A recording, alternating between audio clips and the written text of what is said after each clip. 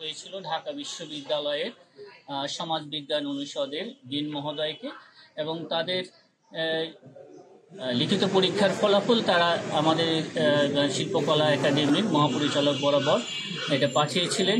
সেই লিখিত পরীক্ষার মূল্যায়ন পত্রে নম্বর বাড়িয়ে এই অনুত্তীর্ণ প্রার্থীদের নম্বর বাড়িয়ে এই অপরাধটি করা হয়েছে। পরবর্তী পদক্ষেপ, মামলা রুজুর পরে যথারীতি দুর্নীতি দমন কমিশন থেকে তদন্তকারী কর্মকর্তা কমিশনের অনুমোদন ক্রমে নিয়োগ করা হবে, তারপরে তদন্ত কার্যক্রম শুরু হবে। তাকে গ্রেফতারের কোনো চিন্তা আপনাদের রয়েছে? আমরা দেখি প্রায় সময় আপনারা গ্রেফতারের মধ্যে থাকেন, নাকি একজন আসামি এখন তার বিরুদ্ধে কি গ্রেফতার?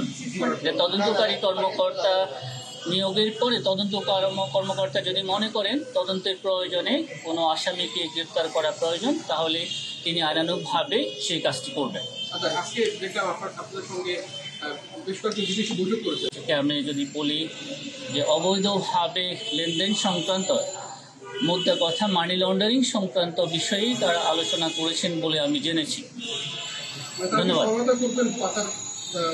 আমরা সবসময় এদের বিদেশি যে সংস্থাগুলো আছে বা আমাদের যে বাংলাদেশের যে সমস্ত হাই কমিশন রয়েছেন বা ইউরোপিয়ান ইউনিয়নের সাথেও আপনাদের সাথে আলোচনায় আমরা বলেছিলাম, আমরা মানি লন্ডারিং অনুসন্ধান তদন্তে অত্যধিক গুরুত্ব দিয়ে আমাদের কার্যক্রমগুলোকে এগিয়ে নিয়ে যাচ্ছি, এবং মানি লন্ডারিংয়ের ক্ষেত্রে অনুসন্ধান ও তদন্তের ক্ষেত্রে যে প্রতিবন্ধকতাগুলো রয়েছে সেই বিষয়গুলো আমরা ডাটা সংস্থা থেকে বা আমাদের যারা বিভিন্ন সংস্থায় ইউকে ডেলিগেশন তাদের কাছেও ওই জিনিসগুলো তুলে ধরা হয়েছে বলে আমি জেনেছি।